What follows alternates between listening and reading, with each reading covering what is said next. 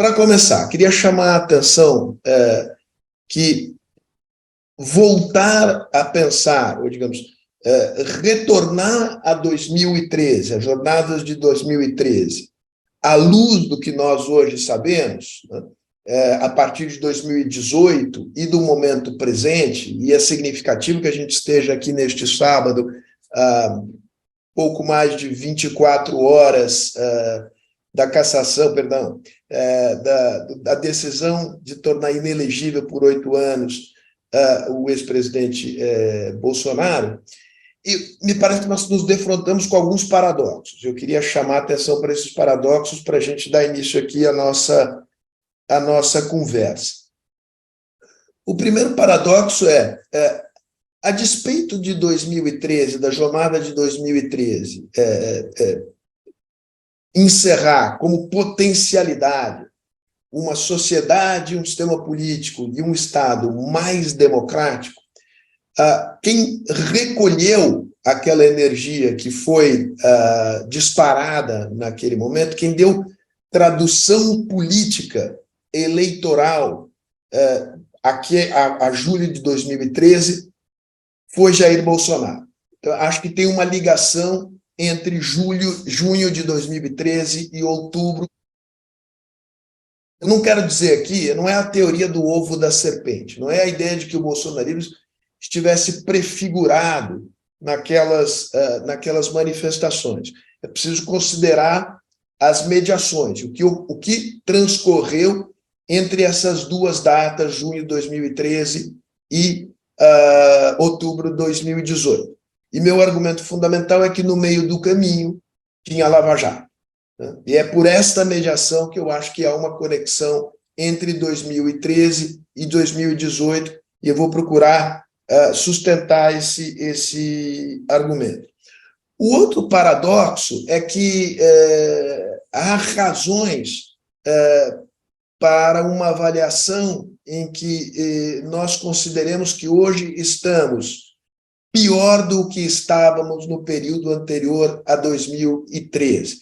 2013 tem uma pluralidade de significados, tem várias mensagens que estão presentes ali, mas eu queria me ater a duas delas. Me parece que são o cerne da mensagem que aquilo disparou no sistema político. Vocês não nos representam e nós queremos saúde padrão FIFA. Eu acho que, olhando desse ponto de vista que me parece central, da qualidade da representação, da conexão, do nexo entre o sistema político e a sociedade, e da qualidade das políticas públicas, da entrega das políticas públicas, nós estamos hoje numa situação pior do que estávamos no período anterior a 2013, que não deixa também de ser um paradoxo. Terceiro paradoxo, o modo pelo qual o sistema político reagiu a 2013, e aqui eu estou falando do sistema político em si, e como vocês vão ver, eu vou incluir o judiciário nessa minha reflexão, e que foi, digamos, entrar num processo de autoproteção e de fechamento sobre si mesmo.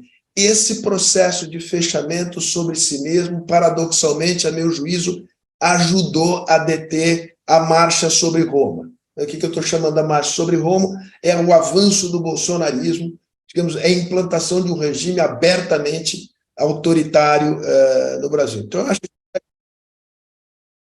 a realidade que tanto do ponto de vista da interpretação histórica do que houve naquele momento, quanto da problemática que aquele momento nos lança hoje, no momento em que vivemos, que não admite hipóteses simplistas, e eu gostaria de, digamos, mais do que nada, sustentar esta ideia de que não há resposta simples, tem algo a ser decifrado ainda. A problemática colocada em 2013 continua vigente, e os riscos, para bem e para mal, de 2013 continuam presentes, embora, digamos, o sistema político tenha sido capaz de gerar um certo equilíbrio. Se é um equilíbrio virtuoso ou não, isso a gente pode discutir mais à frente.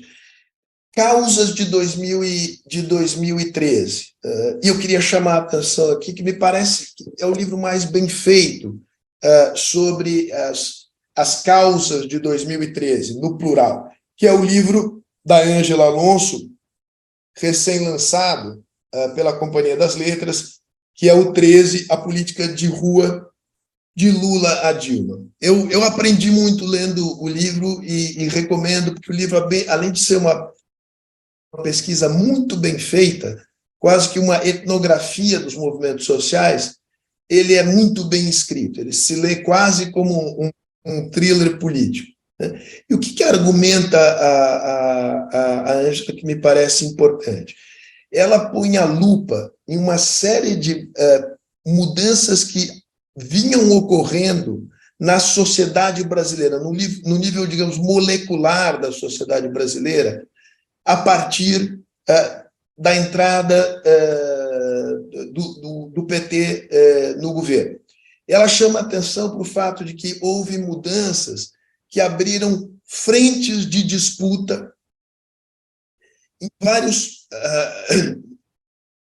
variadas frentes de disputa, mobilizando atores sociais, inclusive atores sociais novos.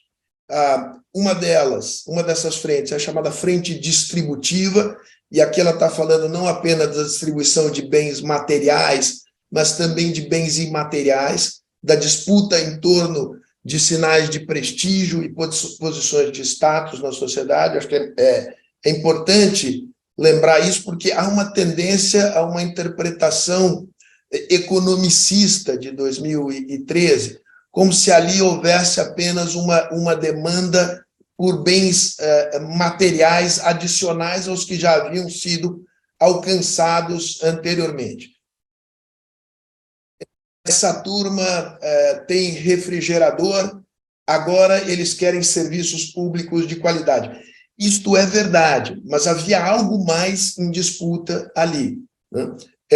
E a Ângela documenta isto muito bem. Segunda área importante de disputa, uma disputa no campo da moral.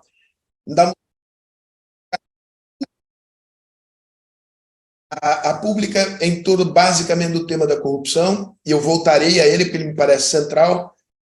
A privada é em torno do lugar da família, da mulher, dos direitos reprodutivos. E a quarta frente é a frente a respeito do que é o tema do armamento, e é também o tema de revisitação das violações de direitos humanos durante a ditadura. De documentar como havia mudanças importantes ocorrendo nessas três áreas no Brasil, e como se fossem vertentes de diversos rios, alguns desses rios se entrecruzando.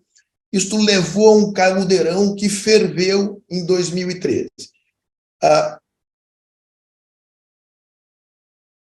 Ela explica, digamos, me parece de maneira abrangente, as várias condições propiciadoras de 2013, mas ela não explica qual foi a substância catalisadora daquele processo.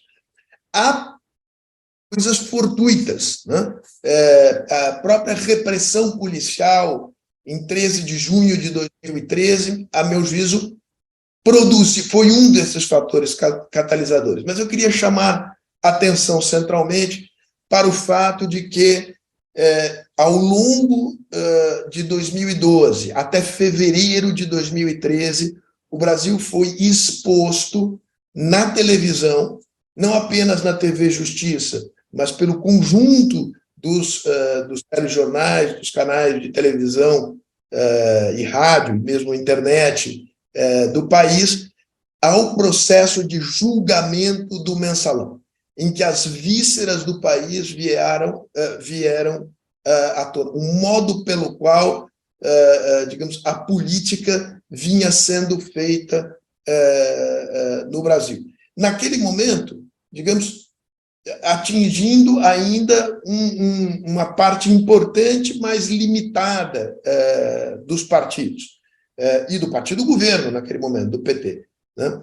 mas, de qualquer maneira, me parece que ali tem um momento de fissura que vai se ampliar mais à frente. E me parece que este sentimento de indignação é uma das substâncias, a meu juízo, talvez a mais importante substância catalisadora de 2013. Veja, eu friso esta ideia da indignação. A indignação é sempre, ela pode ser hipócrita. Não estou dizendo que ela tenha necessariamente um fundamento moral elevado, mas esse é o elemento que está presente em todo o ciclo de revoltas cidadãs populares do período mais recente. A ação do tunisino que deu, que engatilhou toda a onda da Primavera Árabe, né?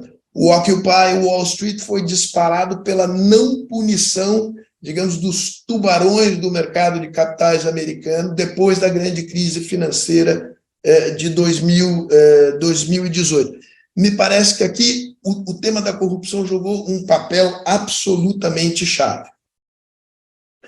Isso é importante para o meu argumento, porque eu acho que a gente tem uma dificuldade até hoje de lidar com esse tema e de lidar com a centralidade que a Operação Lava Jato teve nas transformações pelas quais passou o sistema político brasileiro no período mais recente.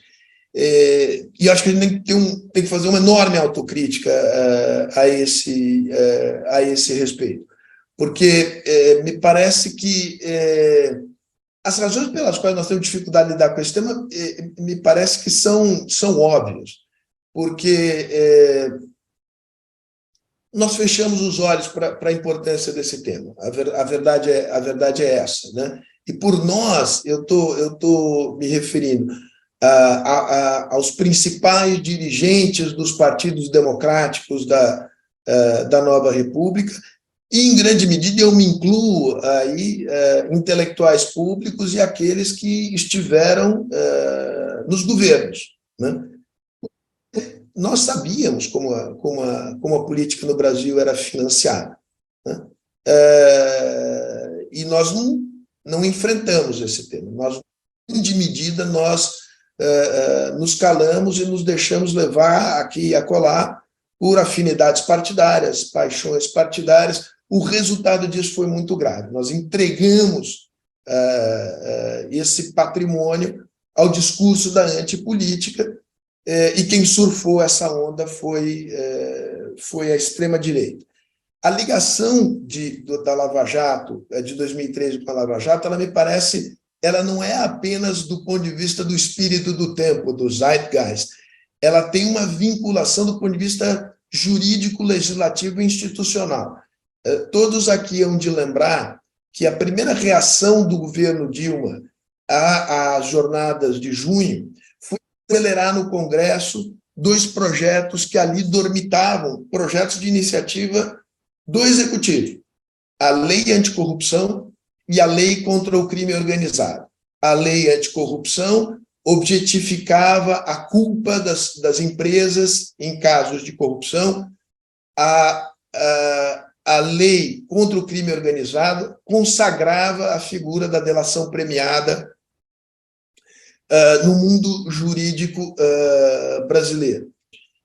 Lembrem-se que as 2 leis votadas no Congresso na esteira de junho de 2013 são a Lei Anticorrupção, que determina a responsabilidade objetiva das empresas em caso de corrupção, e a Lei contra o Crime Organizado, que consagra no mundo jurídico brasileiro a figura da delação premiada.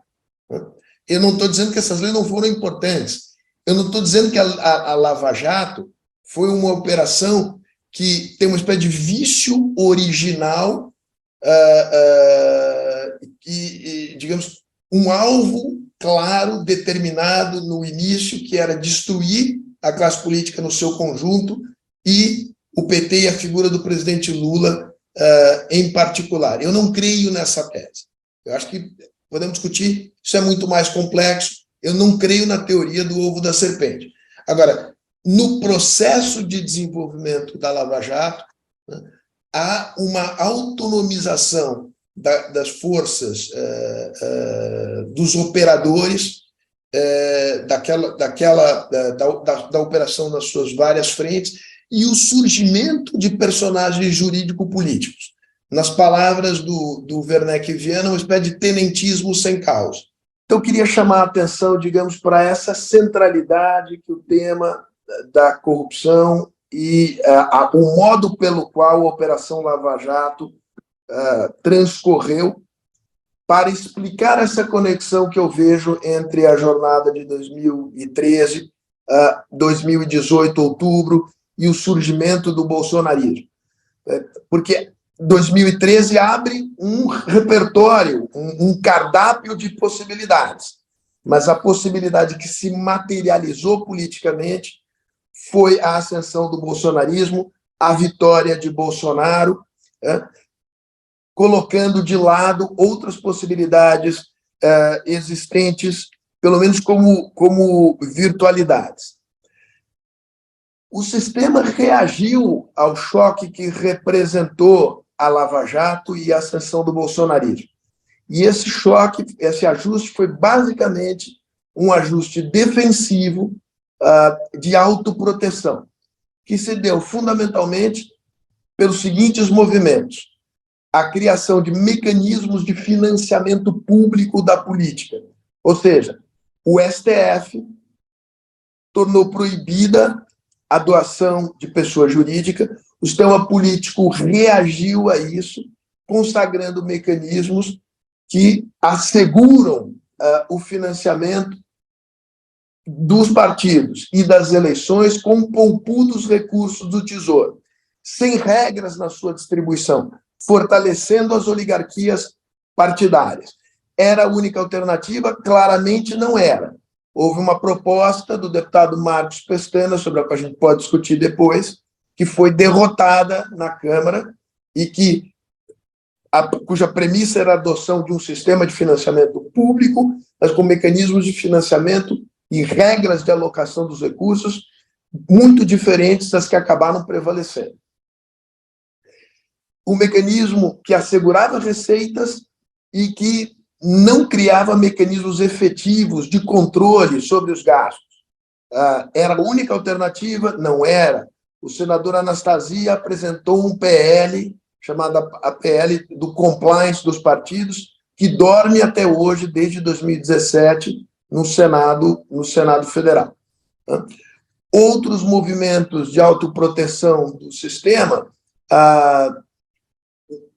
as oligarquias partidárias e as lideranças políticas no Congresso se aproveitaram da fraqueza do Executivo e dos presidentes que se seguiram a 2013 para aumentar as suas prerrogativas por meio da ampliação das chamadas emendas obrigatórias ao orçamento, que culminou esse processo no orçamento secreto.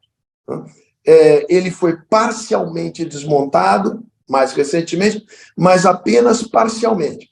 Vejam, tanto do ponto de vista, digamos, da qualidade da representação, da capacidade da sociedade de influir nas decisões partidárias e responsabilizar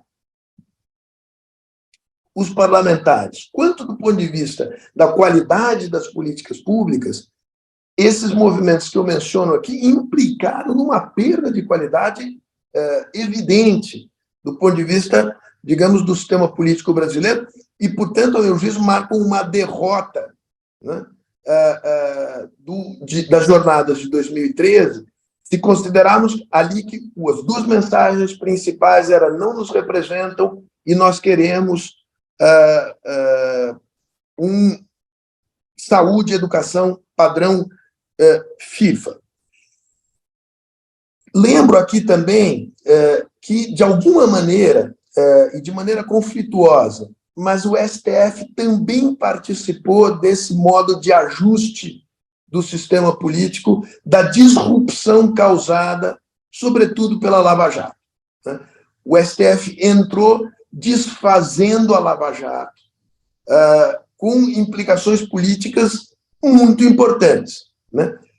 E agora, houve, obviamente, uma politização do judiciário, que já vinha de antes. Então, nós estamos, em que mundo que nós estamos? Né? Eu acho que nós ainda estamos, e aqui eu me encaminho para o final.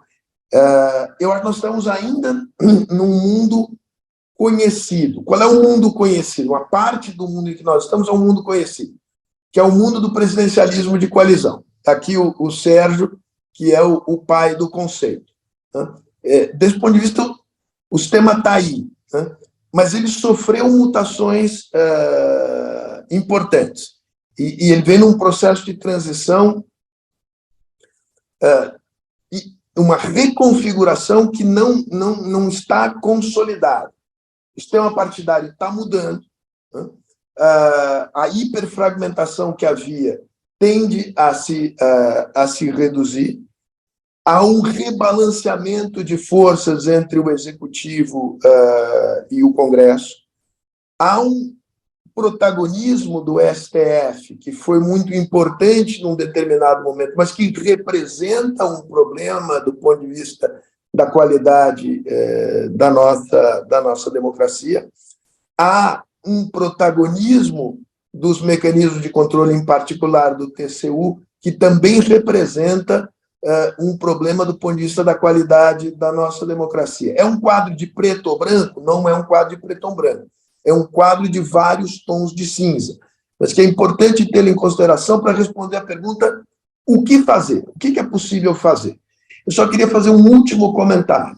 E aí eu já falei do livro da Ângela, eu esqueci de falar do livro do Marcos Nobre, que é importante, Os Limites da Democracia, sobre o qual eu posso voltar, mas nesse caso aqui eu não ia poder deixar passar, é o livro do Sérgio sobre o tempo dos governantes incidentais.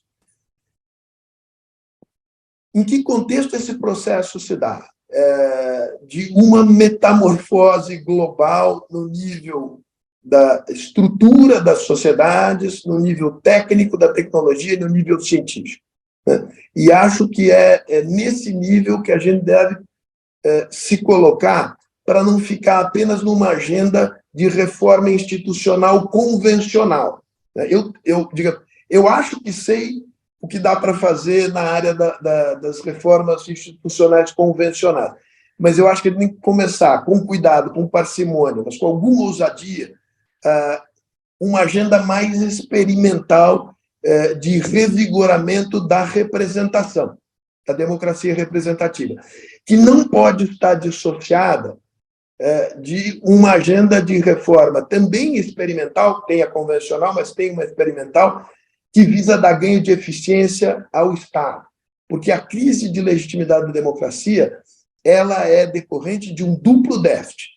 Ela tem um déficit que tem a ver com a questão da legitimidade de origem, a representação, mas também com a legitimidade do desempenho, que tem a ver com a eficácia. Então, dito isso, eu me submeto a todas as perguntas que quiserem me fazer e agradeço aqui a oportunidade e o espaço. Eu ia te fazer uma provocação exatamente pouco antes de você fazer essa gentil menção ao meu livro, que era a questão de que tem uma questão que eu acho que está pouco discutida ainda aqui no Brasil, que é o fato de que fenômenos como o 2013 estão se repetindo em vários lugares do mundo, com uma coisa em comum, que é vocês não me representam, né? Isso virou uma palavra de ordem assim, meio geral no mundo inteiro. Mas eu queria fazer uma pergunta assim, local. Foram várias rupturas, né? Uma delas se deu em 2018. Eu acho que ela tem um prolegômeno em 2014, que é quando a Aécio denuncia a validade das eleições, né? Que é uma ruptura com relação à próxima postura do PSDB de defesa do processo democrático e do processo eleitoral. E aí, quer dizer, em 2018, o PSDB praticamente desaparece e fica vago esse lugar aí, não é? O Bolsonaro ocupou incidentalmente, não vai reocupar, na minha visão. E quem é que está pintando, na sua opinião, para ocupar esse lugar vago? Que precisa, né? A eleição presidencial é bipartidária, tem que ter um polo mais à direita para confrontar o PT mais à esquerda. Obrigado por ter falado no tema da desrepresentação, porque ele me parece chave. Você tem toda a razão de que esse é um fenômeno global. Agora, é importante não perder de vista a diferença de intensidade em cada país. A desrepresentação em países com sistema partidário mais bem estruturado é muito menos intensa. Tomemos um caso próximo, que é o caso chileno, para não falar no caso uruguaio, né? Tomemos o caso espanhol, tomemos o caso português. São sistemas partidários que estão lidando com fenômenos muito semelhantes, enfim, mas que têm uma capacidade de resposta muito distinta, né? Eu acho que nós estamos particularmente vulneráveis pelo fato de que o nosso sistema partidário ele não sofreu uma disrupção só agora. Sistemas partidários são processos históricos de longa duração, de sedimentação. E a história política brasileira é uma história de interrupção de sistemas políticos partidários, e eu acho que a gente paga um pesadíssimo preço a esse respeito. Agora, para não perder o tema geral, Sérgio, você tem toda a razão. Os partidos são absolutamente centrais numa democracia representativa, funcional. Eles têm uma história, eles surgem lá atrás, né, em regimes com voto limitado, né, são clubes de notáveis, criam-se os partidos de massa em sociedades, são sociedades basicamente estruturadas em classes, com crescimento da classe operária, do setor fabril. Tem um processo, digamos, de mudança nessas sociedades com aumento de classe média, mas que os partidos conseguem, de alguma maneira, se amoldar. Só que a disrupção que houve na sociedade mais recentemente, ela é muito mais profunda. Ela é muito mais profunda porque ela borra inteiramente as fronteiras de classe anteriormente existentes por um processo de afetação tecnológica da estrutura do mercado de trabalho, né, do mundo do trabalho, e também atinge o que nós antigamente chamávamos de superestrutura, quer dizer, todo o tema da pauta identitária, etc. No limite, você se pergunta como é que essa sociedade é representável, como nós, é possível agregar essas demandas, né? Uma sociedade tão fragmentada? Eu acho que é um grande desafio. E o erro que eu acho é dizer os partidos acabaram.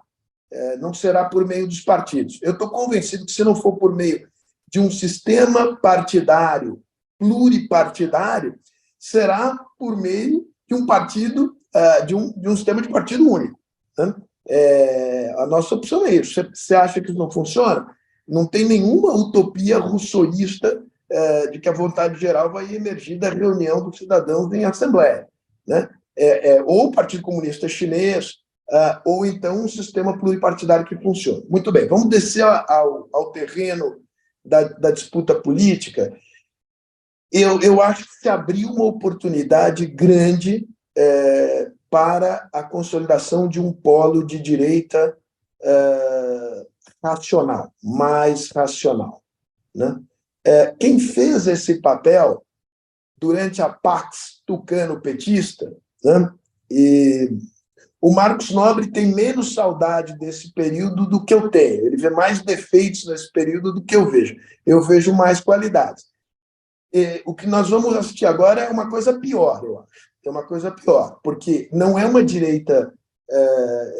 o Bolsonaro não terá um sucedâneo à sua feição e semelhança, mas será uma direita muito mais bruta do que a direita tucana, certo? E quem tem mais bem posicionado, em tese, para ocupar esse espaço é o governador de São Paulo. Agora, é muito cedo. E o ponto importante a dizer aqui é o seguinte: ele terá de flertar com o bolsonarismo. Ele não pode ler Edmund Burke à noite para ir à televisão no dia seguinte, né? É uma direita mais pura e dura. Veja o que está acontecendo no Chile. é parecido o que está acontecendo no Chile, com, digamos, uma sofisticação chilena, né? Mas eu acho que é por aí que o mundo corre, né? Embora, obviamente, haja disputa, ele não é o único sujeito na arena. Sérgio, eu vou fazer algumas observações e uma, uma provocaçãozinha e depois uma pergunta, né? A observação é que foi muito bem lembrado você trazer o livro do Sérgio Abranches para pegar a perspectiva internacional, trazer também o Marcos Nobre, mas eu diria que casa-se muito bem com esse tema e com o livro da Ângela, especialmente, aí o caso se tem uma certa ambiguidade, né, um trocadilho, o livro do Fernando Limonge, né, sobre o impeachment, publicado agora recentemente, né? E no livro ele vai mostrar que nesse período, ele tá analisando o impeachment, mas ao longo desse período os partidos estão passando por disputas internas terríveis, né? Os partidos estão se desmanchando. O próprio PT tem uma briga muito grande em relação à volta a Lula. O PSDB tem ali uma mudança de guarda, dos cabeças brancas para os cabeças pretas, né?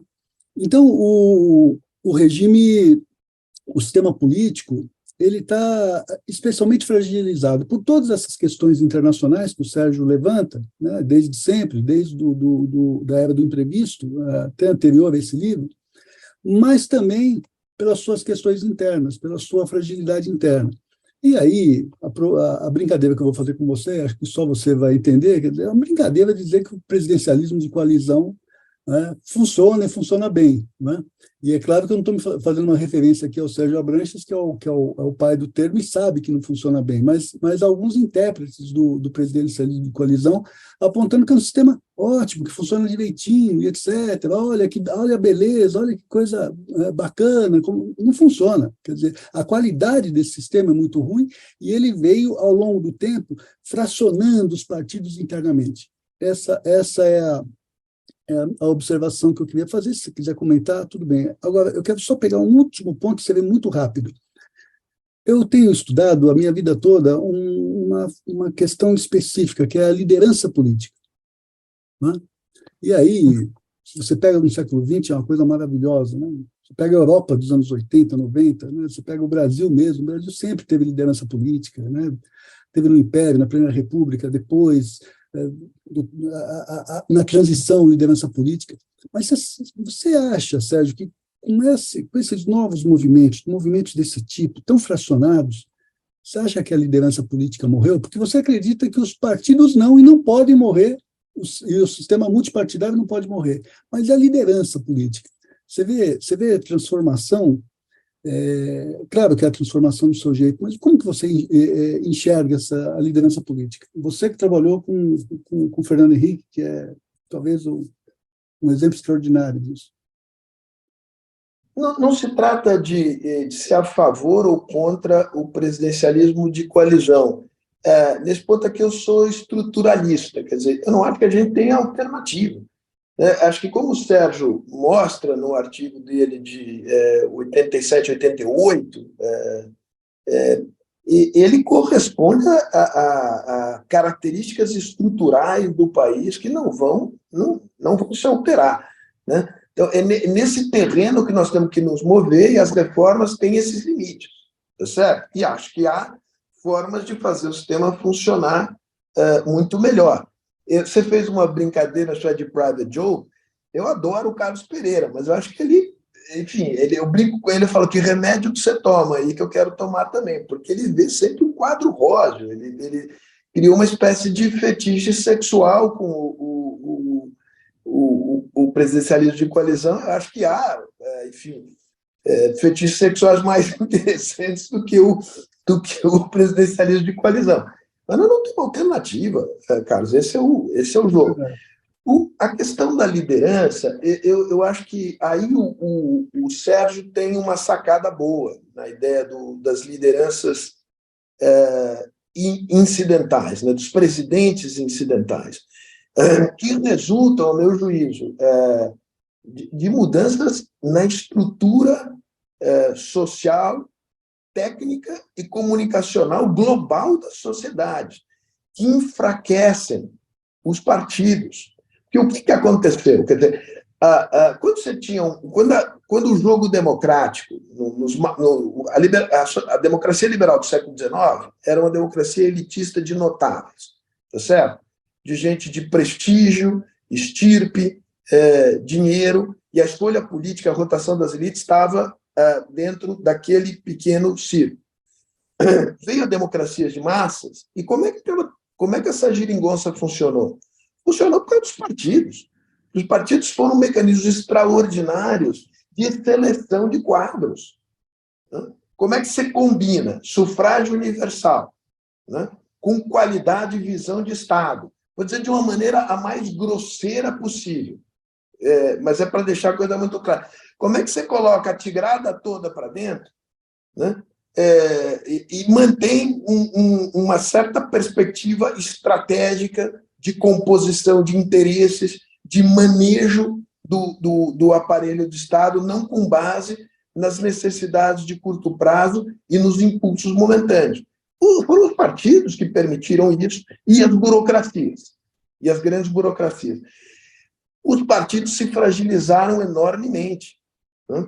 Então, aí, qual é a liderança que nós queremos? Se nós queremos uma liderança democrática, a gente não pode querer uma liderança, digamos, não queremos uma liderança, não queremos uma elite da espada, nós não queremos ser governados pelos quartéis, nós não queremos uma elite da toga, nós não queremos ser governados pelos juízes, e nós não queremos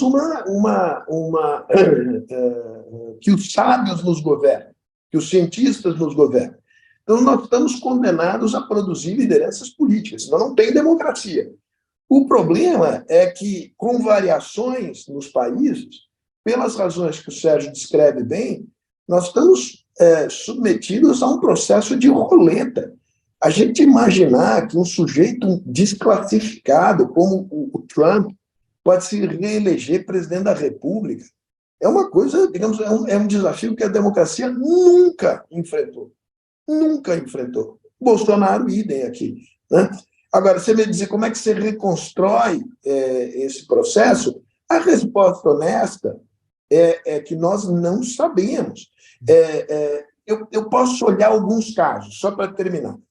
E aí acho que ter estrutura partidária e tradição política partidária faz diferença. O caso chileno, com todos os problemas, o partido é menor, o caso espanhol também, você tem um processo pelo qual a liderança dos movimentos vai transitando para dentro do sistema político partidário. Faz essa transição, que é difícil. Veja o que está acontecendo com o Boric no Chile. É difícil, mas ela é crucial. Eu acho que o caminho é esse. Agora, aqui é a velha figura do Gramsci, quer dizer, o velho já morreu, o novo não nasceu. Entre uma coisa e outra, você tem patologias de toda a ordem. O risco, a incerteza são monumentais. Bom, primeiro agradecer aí demais pelo debate, né? Eu tenho estado muito nervosa mesmo com as interpretações sobre junho, principalmente nessa arena aí partidária mais, né? Da esquerda partidária, que eu acho que tem sido muito ruim o debate, uma tentativa de colocar junho de volta dentro da garrafa, né, e ninguém tentando levar a sério realmente o que junho representou e que ainda representa. Estou totalmente de acordo que isso ainda está em aberto e a gente ainda tem muito a refletir, interpretar. E no caso desse, né, no âmbito partidário, que vocês sabem que é onde eu tento ultimamente me inserir para renovar, com muita dificuldade, né, porque, como vocês disseram, a gente está vendo o sistema político se fechando para a renovação, tentando impedir a renovação, com essa concentração oligárquica de fundo partidário, falta de critério, etc. E mesmo na esquerda a gente enfrenta a mesma coisa, é idêntico, né? Então, essa renovação partidária, que eu concordo com vocês que seria necessária para a gente estar à altura da urgência que junho nos trouxe, ao mesmo tempo, é um pouco decepcionante que a gente não tenha visto no mundo inteiro experiências que tentem trazer para a vida partidária esses desafios. Por exemplo, a questão do mundo digital, a questão da arena pública digital, né? Eu acho que houve tentativas pontuais, por exemplo, na Espanha, com Podemos, com esses movimentos locais.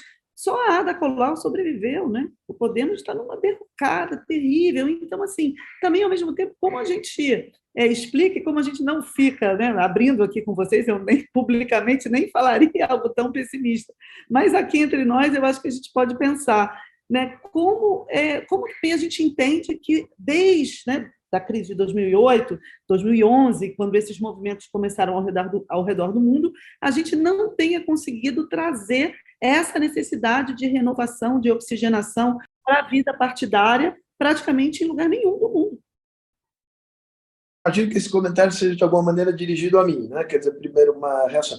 Primeiro, eu queria te dizer, sem nenhum puxa-saquismo, que não é meu estilo, uma enorme admiração que eu tenho por você e por todo mundo que, digamos, topou esse desafio de sair do mundo da sociedade civil e entrar na política. O Freixo é outro que merece enormes aplausos por isso.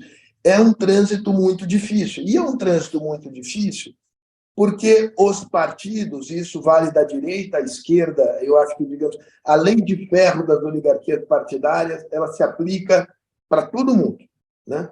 Os partidos se fecham.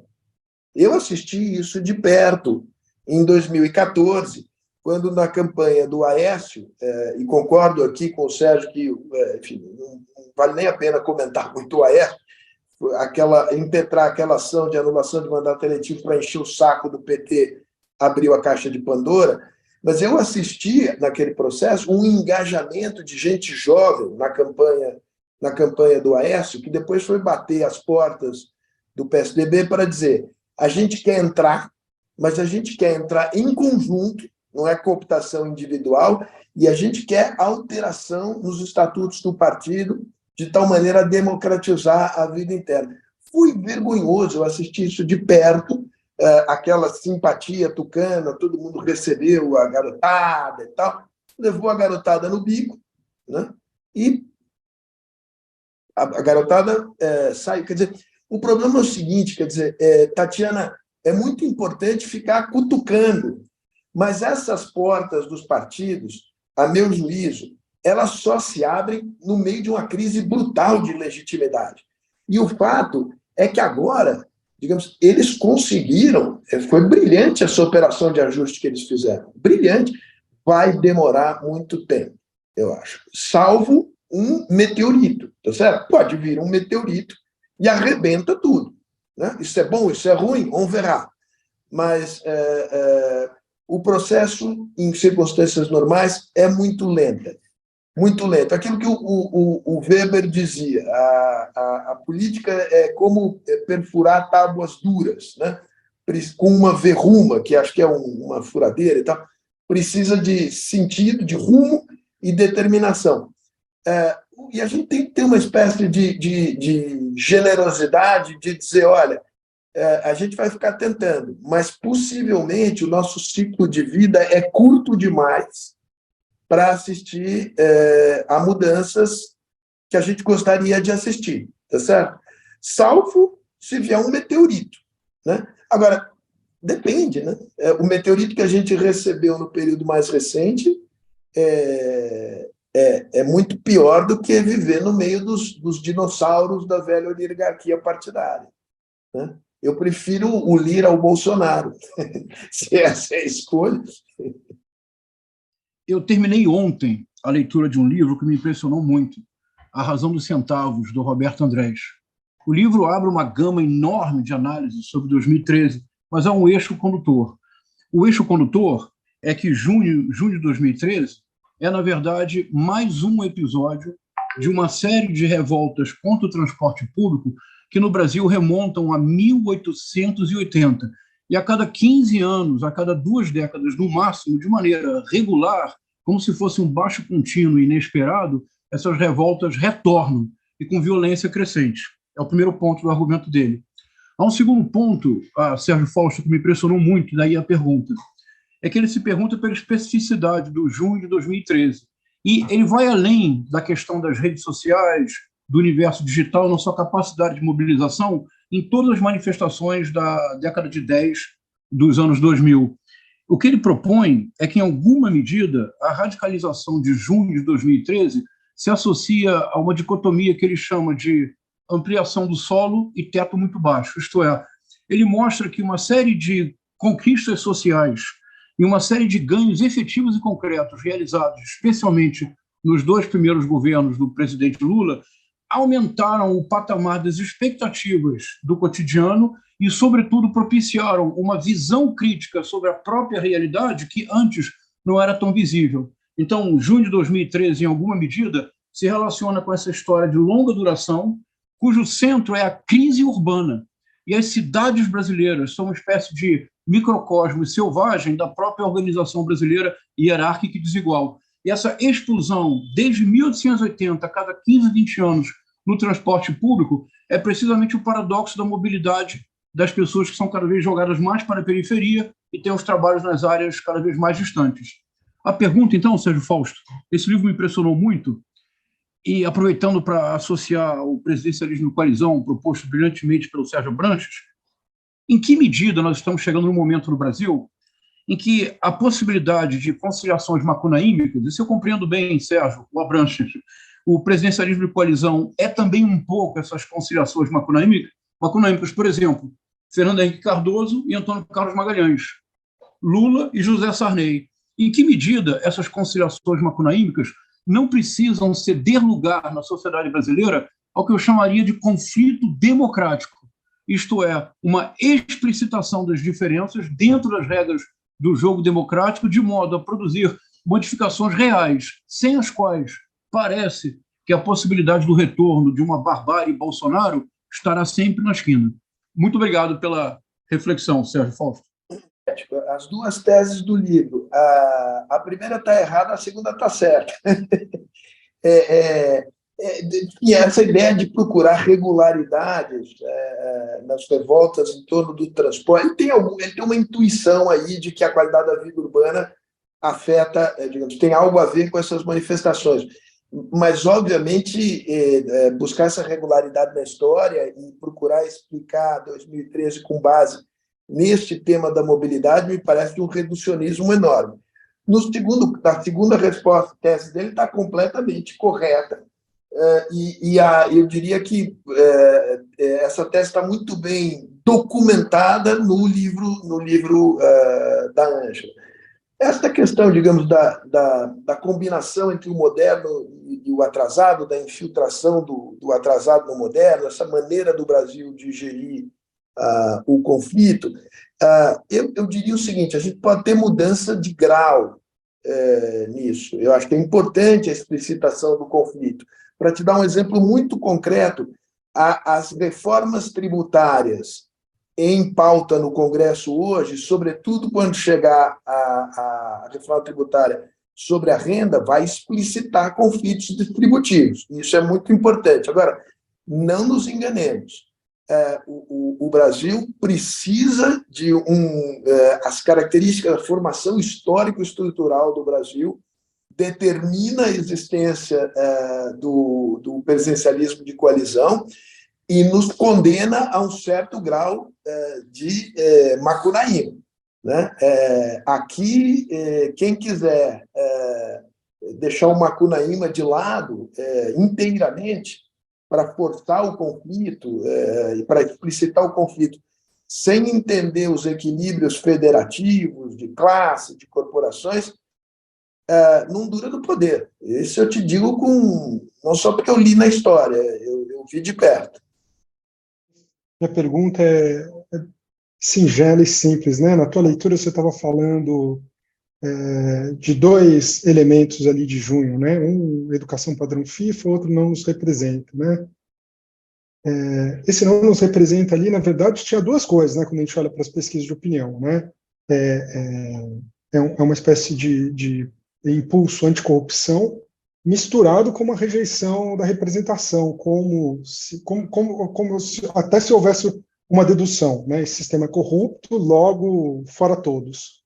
Né? Então você tem um eixo desse, e você tem um outro eixo, serviços públicos, saúde, educação e transporte. Acho que é importante aí a lembrança do João César sobre o papel do transporte, que é muito central em todas as pesquisas de opinião, ele é a demanda mais importante. Minha pergunta singela é o seguinte, aí você conta, né, como é que essa demanda por anticorrupção gerou uma série de respostas do sistema político, né, lei de combate à corrupção, organizações criminosas, uma série de outras respostas que tiveram vários desdobramentos aí na história recente. Por que você acha que o sistema político não respondeu na chave políticas públicas, né? A gente não tem nenhuma grande ação, a gente houve a redução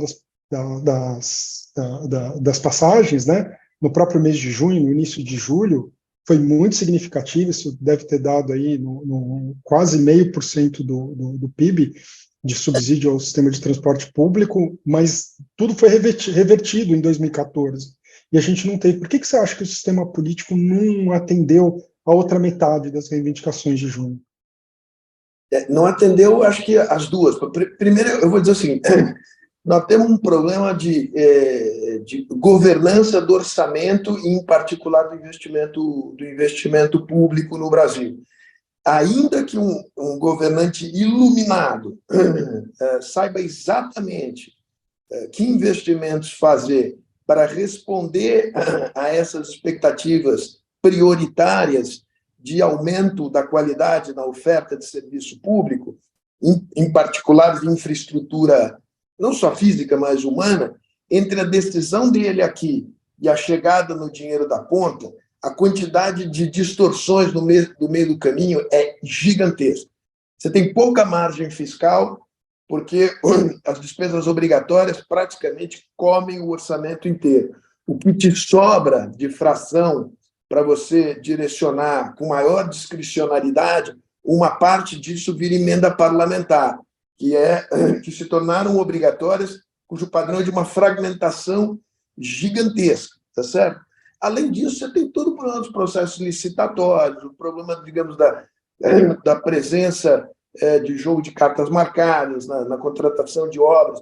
Então, aí nós voltamos para um problema de eficácia do Estado monumental para responder a isso. E do lado da representação, por exemplo, ali era o momento de ter buscado uma nova forma de financiar a política, tá certo? E de mudar Agora, isso significava, digamos, que os maiores, quem estava viciado no jogo e quem achava que, digamos, ia levar vantagem no jogo, se dispusesse a tomar uma distância e dizer, não, agora chegou a hora da grandeza. Eu conto para vocês uma historinha aqui que é verdadeira. E não é para engrandecer o Fernando Henrique, porque eu acho que ele também só disse isso porque ele já estava fora do jogo. Em dezembro de 2013, a Dilma fez uma coisa legal, que foi chamar todos os ex-presidentes para o funeral do Mandela. E foram todos de avião presidencial para Joanesburgo, ida e volta. E o Fernando Henrique provocou essa conversa com o Sarney e com o Lula, porque, segundo ele, com a Dilma e o Fernando Collor eram personagens estranhos, quem tinha conversa eram os três. E ele disse, olha, nós precisamos entender o que foi essa mensagem de 2013. Nós somos responsáveis por isso. Nós três aqui participamos da construção do sistema da nova república, com o que ele tem de bom e o que ele tem de ruim. Nós precisamos chegar a algum consenso sobre reformas institucionais, sobre a questão da representação, o sistema eleitoral e o sistema de financiamento. E o Lula disse, acho a ideia ótima, vou te procurar. Nunca mais falou no assunto. É óbvio que não ia falar no assunto, né? Ele estava olhando 2014. E o Fernando Henrique também só pôde falar isso, ele não estava mais na disputa de poder. Se ele tivesse sendo candidato, ou tivesse um candidato com o qual ele tivesse jogado em 2014, também não diria isso. Então, a minha resposta para você é essa. Mas, para de fatalismo, não tinha como dar resposta. Esse é que é o problema. Quando você tem um sistema que não é capaz de se autorreformar, que está engessado, está esclerosado de alguma maneira, é um sistema muito vulnerável. Né? Então, eu acho que eu acho que eles conseguiram dar uma ajeitada na coisa, mas é a coisa do estalido, né? É a coisa do meteoro, é a coisa de maio de 68. Quando você menos espera, é o negócio do estudo dos terremotos. Ninguém sabe prever, mas que eles vêm, eles vêm. Eu não sei bem que pergunta fazer, mas eu vou falar o estranhamento que me dá. Tenho a impressão que, eu entendo quando você fala, e acho que deve estar certo, que, em parte, quem nos trouxe o Bolsonaro foi o Moro, e foi o processo da Lava Jato e tudo. Eu acho que, de certa maneira, quem tirou de nós o Bolsonaro, quem conseguiu nos livrar do Bolsonaro, foi o Xandão, o Alexandre de Moraes. E os dois, de uma maneira muito, com o uso da justiça muito nessa zona cinza, né? Eu queria falar um pouco disso, quer dizer, como o STF, principalmente o Alexandre de Moraes, há alguns meses, ou enfim, desde 2022 inteiro, ele tem agido de uma maneira que a gente sabe que não é a mais certa, que não é melhor, de uma maneira bastante autoritária, e existe um certo consenso de que, se não fosse ele, o Bolsonaro teria ganho. O Sérgio Moro, ele foi capaz de prender vários empresários que jamais seriam presos, talvez, se não fossem os métodos estranhos dele, o que empodera as pessoas, o que se considera a justiça, então, é boa e funciona, já que mesmo as pessoas ricas e os poderosos vão presos, mas também usando métodos que não eram os certos que deveriam ser usados. Quer dizer, parece assim que aumenta a crença na justiça da população, porque coisas que elas acham certas são feitas, e, por outro lado, é uma justiça que não é justa também. Então, só você comentar isso, assim.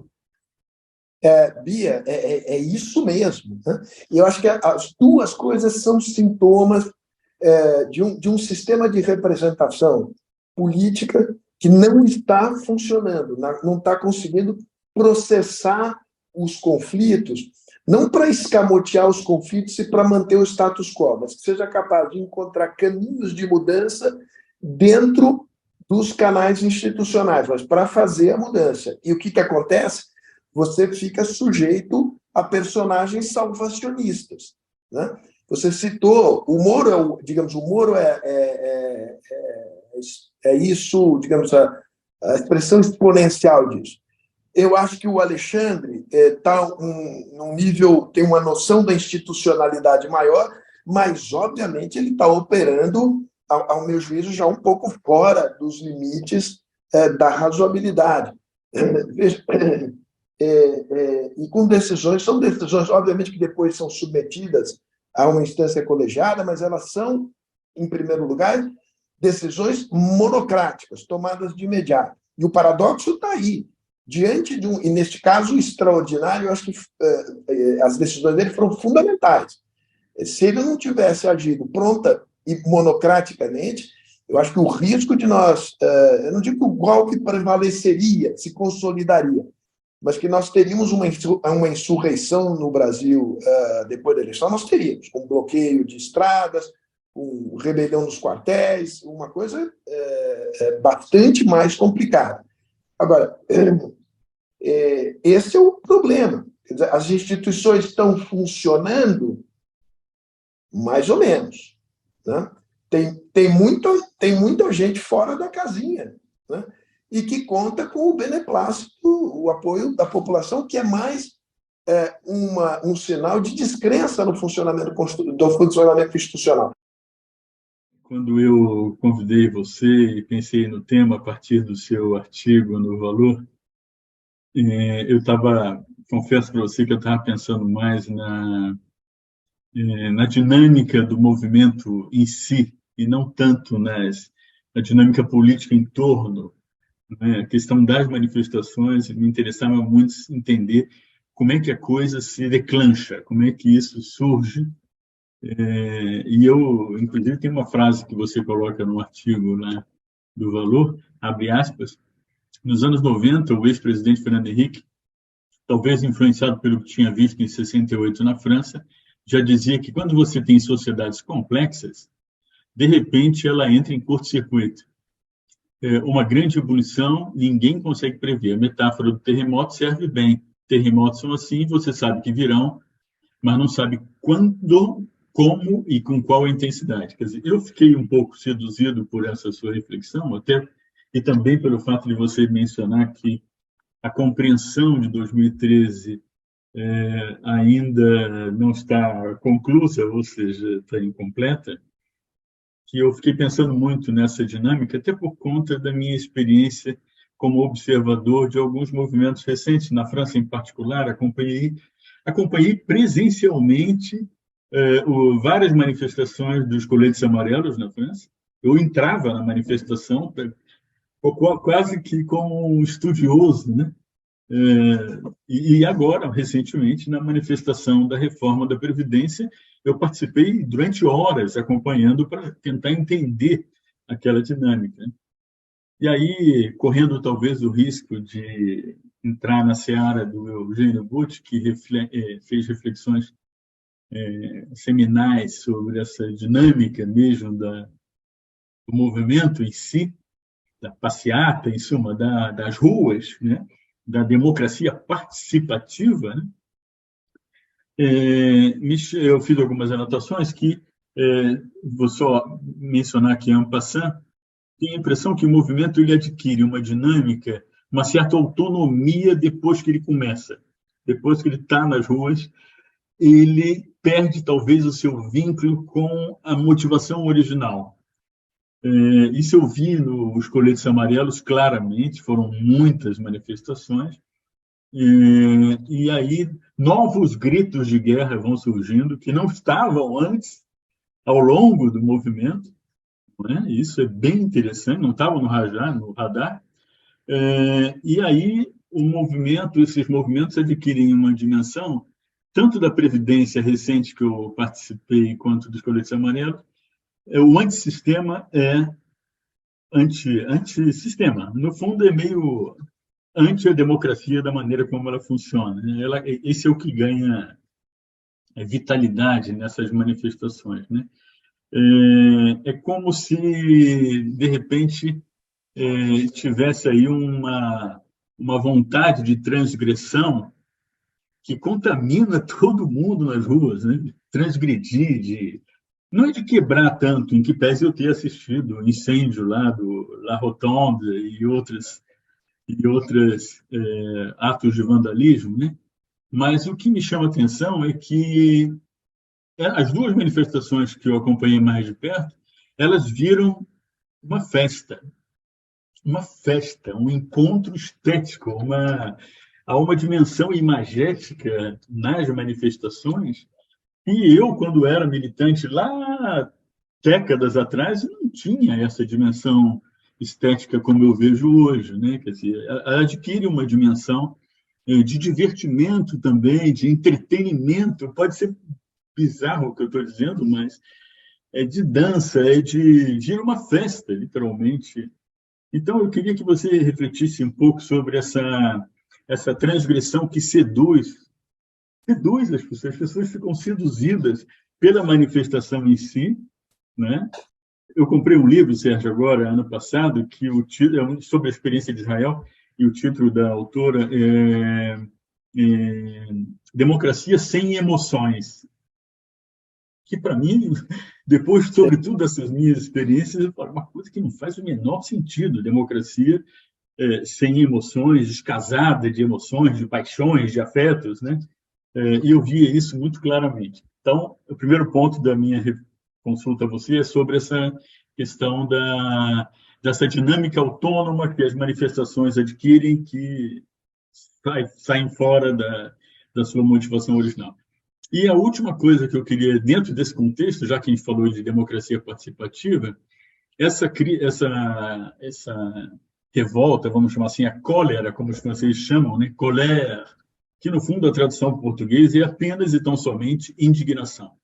É a tradução, não é na raiva, é indignação.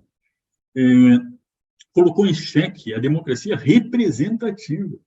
As ruas desprezaram totalmente, queriam o fim da democracia representativa. Era uma coisa completa, porque a Assembleia Nacional tomou uma decisão que está valendo até agora, não foi revogada, mas as ruas elas jogaram no lixo a democracia representativa, né?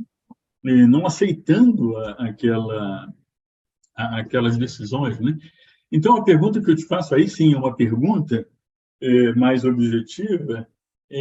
Tem um tripé, um equilíbrio, uma fórmula vencedora, como os franceses falam, né? Formule gagnante, que é como é que você equilibra uma democracia participativa, formas de participação, com emoção, com festa, com tudo, não é? Com desejo, com tudo isso, com a democracia representativa e mais um outro ponto. E um outro item da democracia que é fundamental, como é que delibera? A democracia deliberativa. Porque aí vem aquelas formas de plebiscito, convenção cidadã, várias formas de consulta, que na prática não funcionam. Então, hoje, as democracias ocidentais dos países maduros, em particular, estão vivendo esse difícil equilíbrio entre democracia participativa, representativa e deliberativa. Então, eu jogo a bola para você. Então, vamos lá, deixa eu suprir digamos, uma lacuna aqui da minha exposição que te frustrou a tua expectativa. Eu acho que você chama atenção para características importantes, distintivas dessas manifestações. Eu vou tentar inscrever essas características como respostas a certas características da sociedade contemporânea, que são sociedades de extrema individualização, né, em que certos liames sociais que existiram no passado foram desfeitos, se reconectam no mundo digital, mas o mundo digital não consegue substituir o mundo real. Então, as manifestações são formas de estar junto, né, de rassemblement, para falar uma língua que você tanto gosta. E esse aspecto da transgressão, e aqui eu não estou me referindo a black bloc, não é isso. Essa coisa da espontaneidade tem a ver com uma sociedade em que os mecanismos de controle se sofisticaram muito. Eles são muito menos abertamente repressivos e hoje são controles técnicos, né? São controles, sobretudo, em sociedades autoritárias, mas mesmo em sociedades democráticas. A nossa vida é inteiramente regrada por protocolos, tá certo? Então, você tem que encontrar formas de transgressão em vários lugares, né? Eu encontro no futebol. Se vocês me virem assistindo a um jogo do Palmeiras, eu me transfiguro. É uma coisa irreconhecível, né? Mas acho que o espaço público é um espaço também para essa transgressão e acho que está muito presente. Eu confesso que eu tenho uma deficiência, que eu sei disso, mas toda a minha formação, a minha trajetória é pensar sempre, tá bom, eu entendo isso, mas o que a política do lado institucional faz com esse input? Por isso que eu preciso ler a Ângela, que vai lá, documenta, faz etnografia. Lá em casa a gente fez uma espécie de divisão. Esse negócio de etnografia era com o meu pai e com o meu irmão, que era antropólogo. Eu só penso no que tem relevância política. O resto, se eu for bem, eu sou menos bobo do que eu vou dizer, mas assim, o resto não me interessa, não é isso. O resto eu procuro saber através dos outros, mas eu jamais que vou me meter numa confusão de uma manifestação, mas de jeito nenhum. Eu sou muito acomodado para isso, eu sou muito tucano para isso, eu sou muito Brasília para isso. Agora, é um problema meu. A única diferença é que eu reconheço e tento suprir isso intelectualmente. Mas você tem toda a razão. Como é que você equilibra as dimensões participativas, representativas e de deliberação? Aqui entra a agenda experimental, né? Eu acho que a gente tem que tomar sempre cuidado para experimentar no limite da ousadia, mas com parcimônia, tá certo? Porque a ideia de que você vai substituir a democracia representativa, isso dá em autoritarismo, né? Eu não tenho a menor dúvida disso. Então, eu tenho muita... Ou dá em autoritarismo de maneira imediata, pela instrumentalização do plebiscito e mesmo de referendos, ou dá em autoritarismo porque cria confusão na sociedade, e chega uma hora que a sociedade quer ordem, né? Vamos lembrar como é que terminou 68. Teve aquele momento, mas houve um momento em que o De Gaulle convoca as forças conservadoras do país, ele junta mais gente do que o Carqueladã. E diz, tem uma frase fantástica assez le champ, você sabe francês mais do que eu, mas vamos parar de bagunça. Né? Então, isso é uma coisa que a gente não pode perder de vista, uma demanda de ordem na sociedade. Né? Desse ponto de vista, é o meu lado conservador. Então, agora, dá para experimentar, dá para experimentar. Tem coisas já experimentadas. Por exemplo, no Uruguai, você pode convocar, desde que você consiga um certo número de assinaturas, colocar em referendo uma lei, ou plebiscito, uma lei aprovada pelo Congresso. Eles fizeram isso com uma lei chamada Lei Ônibus, que o governo conservador, ao entrar, propôs, foi aprovada no Congresso, desfazendo uma série de leis aprovadas no governo anterior da Frente Ampla. Né? Houve um plebiscito, certo? Eles convocaram, a lei acabou sendo reafirmada, mas o país interveio no processo. Né? Então, você tem uma dimensão de democracia representativa. Você pode fazer isso. Tem mecanismos em que você ganha poder de agenda. Né? Você diz, olha, essa matéria precisa ser deliberada pelo Congresso. Que o Congresso também tem poder ao não decidir. Né? E você pode, evidentemente, você precisa ter quórum para isso, um certo número de assinaturas. E você tem processos deliberativos que eu acho que podem ser interessantes no sentido de ganhar legitimidade e melhorar a qualidade do resultado da política pública. E nós temos esse tipo de participação na forma de consulta pública. Mas são públicos qualificados. Não vamos também abraçar uma espécie de populismo tolo de achar que as decisões são decisões cada vez mais complexas e requerem um nível de conhecimento técnico importante. Você não quer um governo dos cientistas, mas, obviamente, que você não vai submeter a plebiscito se tem que tomar vacina ou não tem que tomar vacina. Certo? Então, isso a gente precisa ter muito claro. Então, eu acho que a gente tem que ser ousado ao caminhar nos experimentos deliberativos e de participação, mas com âncoras conservadoras, naquilo que eu disse, cuidado, porque o tema da ordem é chave. Os conservadores têm razão nesse sentido. E cuidado para não cair no populismo. Tá certo? Porque não me venham dizer que um epidemiologista e o Zé Mané ali da esquina, o peso da opinião dele sobre uma decisão de que tipo de trajetória tecnológica deve ser levada em igual consideração. Não pode ser levada em igual consideração. A democracia tem os seus próprios limites, ela precisa conviver com a não-democracia.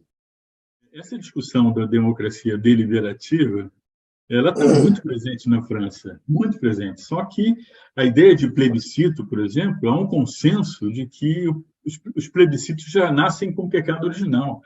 O governo que propõe o tema do plebiscito, ele já perde, ou já ganha, dependendo do país. O que está em pauta do plebiscito não é a questão, é o governo. Se botar a reforma da Previdência no plebiscito na França, é óbvio que vai ler para pau. E aí é uma questão, os países precisam de tempos em tempos de fazer reformas, né? E esse negócio é recorrente.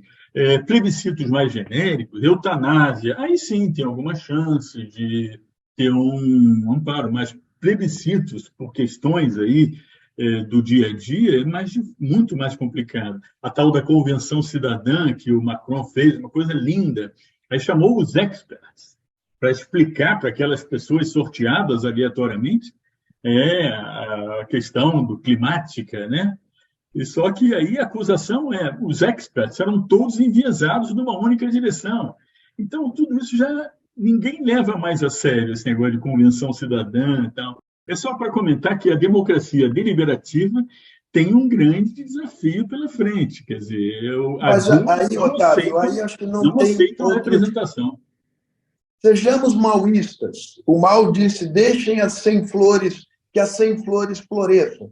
Evidentemente que ele disse isso antes para que todos os intelectuais dissidentes colocassem a cabeça para fora e ele cortou a cabeça de todo mundo. Obviamente que não é esse o sentido da coisa, mas eu acho que você vai ter experimentação e um pouco por darwinismo político, vamos ver o que sobra. Eu fiquei aqui pensando, sempre aprendo com você. Eu queria fazer uma pergunta numa outra direção. Você, aliás, uma notinha inicial, você lembrou da repressão no dia 13 de junho de 2013 em São Paulo, que foi uma virada. Tem um dado muito importante que normalmente passa batido. Nesse dia, a Folha de São Paulo e o Estado de São Paulo saíram com editoriais duríssimos pedindo repressão. Eu tenho esses editoriais aqui, e são os termos, até termos um pouco fora do tom. E o tom de um e o tom do outro são muito parecidos. Assim, como se o establishment pedisse um pouco de De Gaulle, sabe? Se pedisse um pouco, vamos acabar com isso. Só que deu tudo errado ali. E por que deu errado? Aí que entra a minha pergunta. Eu tenho muito a sensação de que 2013 é uma ruptura de forma mais do que de conteúdo. É uma ruptura da linguagem das mobilizações e das temporalidades. É uma mudança no nível de placa tectônica. E eu vou explicar muito rápido isso. O Estado, ele é desenhado e ele tem os seus ritmos, os seus ritos, baseados na energia política que o gerou, que era uma energia política mediada pela instância da palavra impressa. É muito sintomático que o Estado ainda dependa da existência do diário oficial para dar pulsação, para dar o batimento do Estado. Esses ritos todos, eles são fundamentais, porque eles têm a ver com a mediação. Se não houver mediação, não há democracia, não há política. Mas ele ficou lento, e o choque estrondoso acontece em 2013 no Brasil e acontece por aí em outros países. Esse choque de temporalidade tem até a ver com a mudança do padrão tecnológico e do paradigma da era digital. Tem a ver com isso, mas não só com isso. Um outro embate que me parece próprio da forma e não do conteúdo, que vai ter impacto aí, é o fato de que assim, você não tinha liderança formal no início de 2013. A gente não tinha estrutura conhecida, não tinha carro de som, não tinha palanque. Quando chegava numa esquina, era um problema saber se virava para lá ou virava para cá. Aquilo desagou da janela dos apartamentos e foi para a rua como uma enchente, como uma avalanche. Isso é forma, não era conteúdo. Não tinha bandeira, não tinha palavra de ordem. Eu me lembro de uma capa da Folha de São Paulo, quando a multidão ocupou lá o Congresso Nacional, todo mundo em cima da coisa. A manchete da Folha era: multidão protesta contra tudo. E valia tudo. Isso é da ordem da forma, não tinha um conteúdo. Aí esses rios, você usou a expressão rio, eu gostei muito, porque esse rio se bifurca. Em 2016, ele chega em 2 rios na porta do Congresso Nacional, na esplanada dos ministérios. Um defendia a Dilma Rousseff, outro defendia o impeachment da Dilma Rousseff. Esse rio que defendia o impeachment voltou para Brasília no dia 8 de janeiro, agora. É o mesmo rio, com mudança. Por fim, um outro traço muito interessante de forma, não tem bandeira, não tem palavra de ordem, é uma inversão interessantíssima que aconteceu. A esquerda, eu vou fazer exceção da França aqui, mas a esquerda foi virando uma força da ordem e a direita foi virando uma força da desordem. Isso a gente viu nos Estados Unidos, ou seja, a estética revolucionária da arruaça foi sendo incorporada pelas forças da direita, elas fazem a revolução e a esquerda fica defendendo as instituições. Isso não está nem certo nem errado. Eu insisto, é mudança de forma. De forma.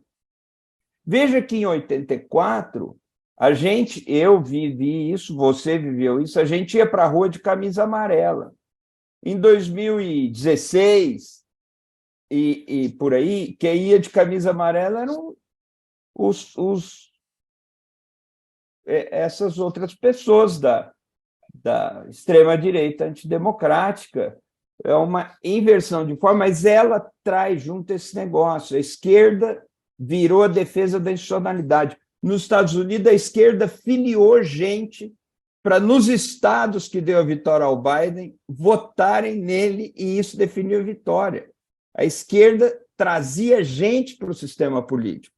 E a direita virou o partido ou a força que... Ou seja, mudanças de forma. E é essa a minha pergunta para você. Você é um mestre da análise, da percepção, é um intelectual público, como disse Sérgio Abranches, da maior importância hoje no Brasil. É uma força individual no campo dos tucanos que fez a maior diferença. Você teve um peso enorme, sem nenhum exagero aqui, mas para ajudar uma mudança que fez com que as pessoas enxergassem que tinha que votar num candidato contra o outro, e tinha que apoiar e tudo. Mas eu queria te ouvir sobre isso que eu chamo de mudança de forma. No campo tucano só tem pena atualmente isso aí. Mas, olha, eu concordo apenas em parte. Eu acho que, sem dúvida nenhuma, você capta muito bem, analisa e descreve muito bem essa mudança de forma. Mas tem mudança de conteúdo também. Porque não vou te interromper, mas vou ter... É claro que tem mudança de conteúdo, é claro, mas eu estou chamando a atenção para mudança de forma, é isso que eu quis dizer. Você tem toda a razão, você tem toda a razão que tem mudança de forma, tem um comportamento, e veja, tem um comportamento imitativo também, o fenômeno é global, né? Então tem um comportamento imitativo, afinal de contas nós somos primatas superiores, a gente imita, né? O que eu queria destacar da mudança de forma é o seguinte, coincidindo com tudo que você diz e escreve muito melhor a esse respeito do que eu. O problema da mudança da temporalidade é um desafio enorme e que requer uma tempestividade de resposta que não é própria do funcionamento do Estado. E isso faz com que haja uma exigência muito maior, eu diria, com relação ao desempenho individual da autoridade e do grupo, o inner circle, o séquito que gira em torno da autoridade máxima. É paradoxal, porque é uma sociedade, ao mesmo tempo, muito fragmentada, mas que, por esses choques que ela produz sobre o sistema político, que dependem de respostas concretas e simbólicas, em geral, no curto prazo, mais simbólicas do que concretas, requer uma qualidade da liderança política e do seu entorno quase sobre-humana. Você tem que decidir num nível de incerteza enorme, né? É um juízo político de oportunidade que, para ser bem feito, requer um conjunto de atributos, de formação, que é quase sobre-humano. A chance, por isso que, por exemplo, o governo reagiu mal, né, que é uma crítica normal que se faz, e faz. Eu que estive no governo não falo isso nunca. quando é muito óbvio, sim. O governo da Dilma reagiu mal.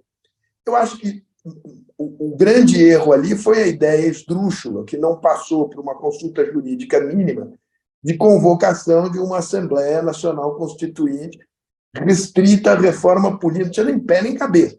Ali, mais no mais, é muito difícil reagir. E você tem que reagir.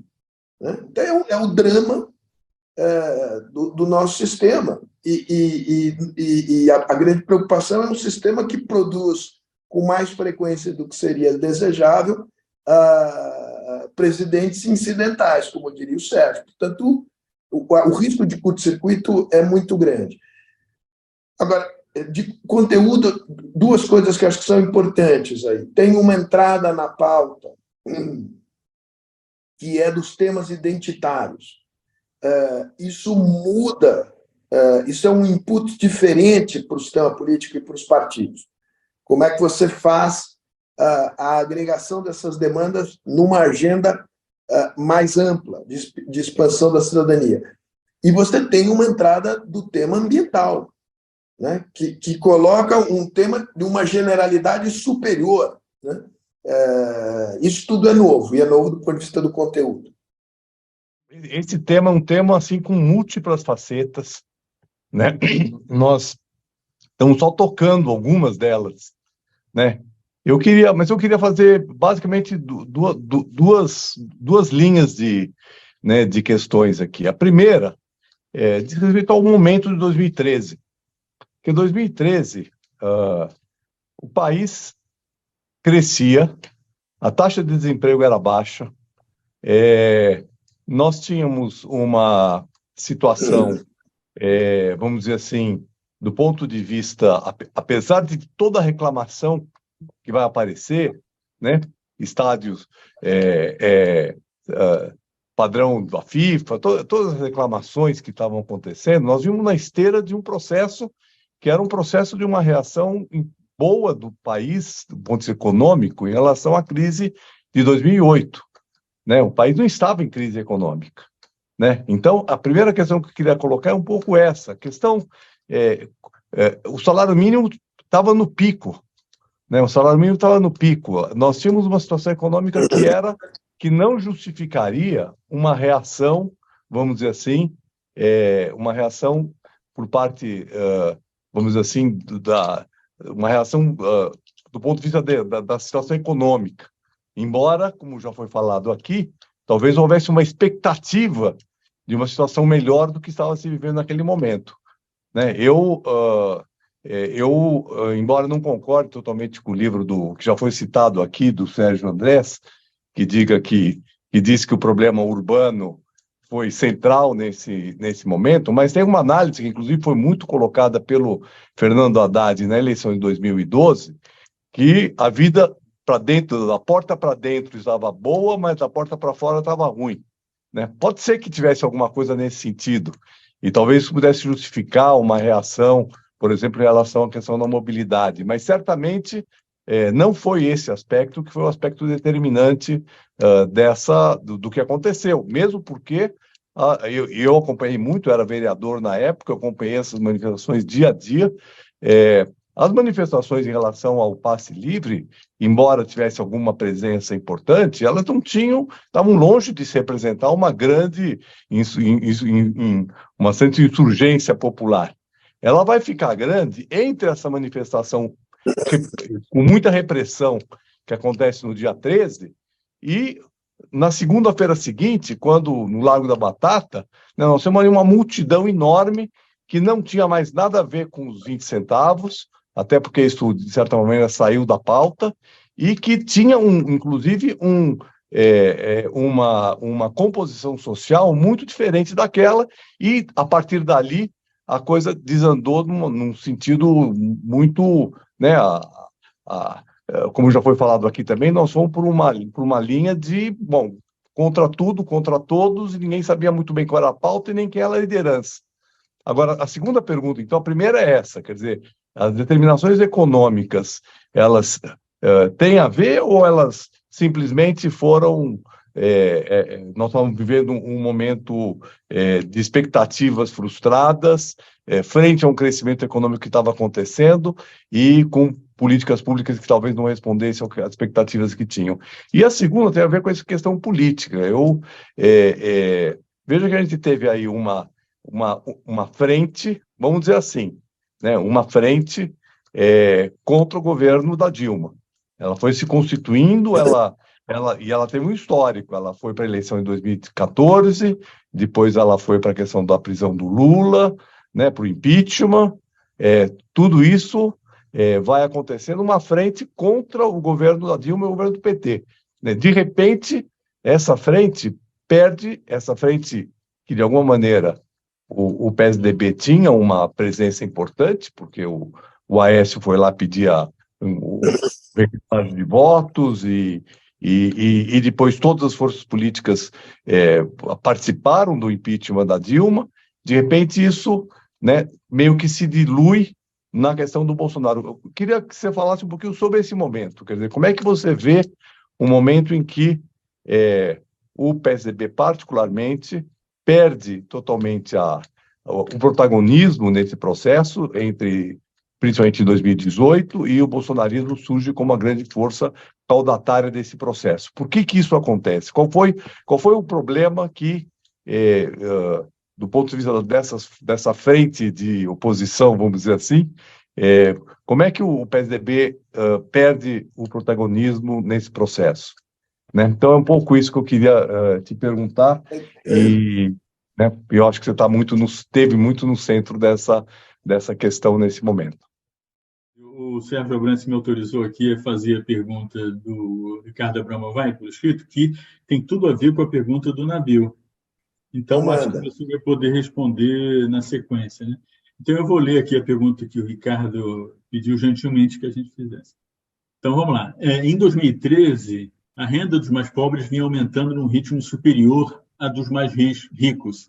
Isso não foi consequência de mudanças estruturais, nem na economia, nem nas capacitações dos trabalhadores. Tanto é assim que, embora o emprego formal tenha aumentado, o que imperava eram os baixos salários. Houve compensações por meio de políticas de transferência de renda, de valorização do salário mínimo, mas a precariedade do acesso à saúde, à educação de qualidade, o tempo gasto nos transportes, em função da permanência no apartheid territorial, denunciado pelo Instituto Polis, eram evidentes.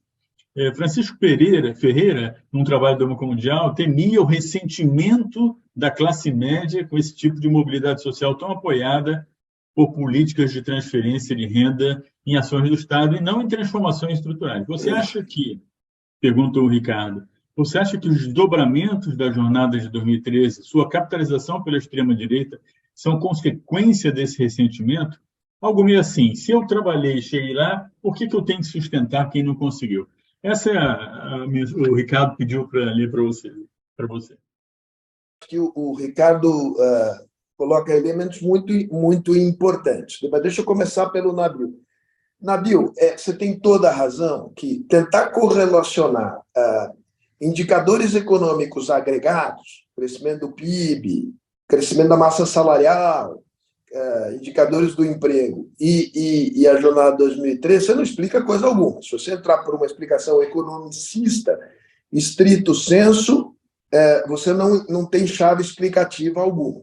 Agora, no diapasão do Abramovay, eu acho que você encontra uma explicação interessante, que é o tema da mobilidade social e das expectativas materiais e imateriais que essa mobilidade cria. E é interessante notar que esse é um tema que surge, me corrija se eu estiver errado, Sérgio, mas eu acho que quem melhor elaborou esse tema pioneiramente foi o Samuel Huntington no Political Order in Changing Societies, em que ele diz processos de mudança estrutural na sociedade implicam processos não apenas de mudança na estratificação da renda, mas também no posicionamento de status. Isto gera conflito e gera expectativas de melhorias adicionais.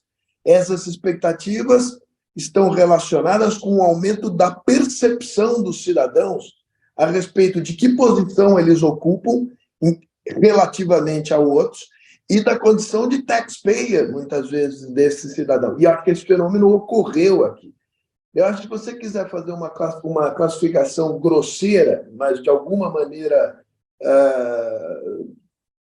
aderente à realidade, o que insuflou as jornadas de 2013 foi uma espécie de revolta da classe média baixa ascendente, né? Essa é que dá magnitude, dá massa àquelas manifestações, né? E que tem a ver com essa questão, né? Elas entram no sistema educacional, mas o sistema educacional é ruim, né? Elas entram no sistema educacional e no mercado de trabalho, portanto, elas precisam se deslocar pela cidade e o transporte é ruim e consome muito tempo.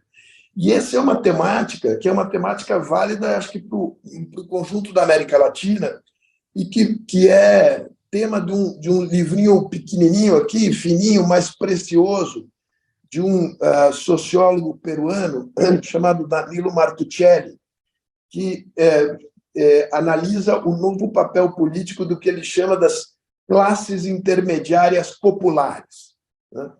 Como um mecanismo que, ao mesmo tempo, força mudanças no sistema, mas se o sistema não é capaz de responder politicamente a essas mudanças, o que há uma exacerbação da ideia individualista de que só eu ajudo a mim mesmo, só minha família ajuda a mim, o Estado não serve para nada, né? E isso pode se combinar com uma retórica antipolítica e anti-establishment, e isto leva a água para o moinho da direita, sim, seja de uma direita mais liberal, seja de uma direita mais brutal, né? E o bolsonarismo foi uma espécie de amálgama esquisito dessas várias coisas, e acho que é possível, portanto, fazer uma leitura na chave que é sugerida pelo Ricardo Abramovari, que não por acaso é formado em economia, mas tem uma formação também em ciências sociais, e acho que essa combinação permite que ele consiga enxergar bem as coisas. Sobre o papel do PSDB, Nabil, eu acho que eu vou fazer uma metáfora, porque eu já falei muito sobre isso, eu já fui muito crítico. É um pouco essa coisa, quer dizer, essa ideia de que você vai surfar a onda antipetista, e o PSDB não percebeu que, na verdade, a função que o PSDB tinha na polaridade com o PT, depois que saiu do poder, era basicamente de um dique de contenção do conservadorismo mais extremado, né? E o PSDB, portanto, achou que ia surfar a onda do crescimento do antipetismo, e ele foi engolido. O que foi determinante para isso, de novo, foi a Lava Jato. Ali acabou. Qual é a diferença entre o PT e o PSDB, né? O PT foi brutalmente atingido pelo Mensalão e também no coração, que o PT era o partido da ética na política. Agora, o PT, além disso, conseguiu se enraizar na sociedade. Portanto, recebeu aquela pancada e tem um líder que é um líder absolutamente fora do comum e permaneceu de pé, né? O PSDB, na hora que tomou a pancada da Lava Jato, claro que teve erro de condução política, mas eu acho que o fator determinante é a Lava Jato. Ali acaba, né? E aí acaba o dique de contenção e sobe o que vem ao bolsonarismo.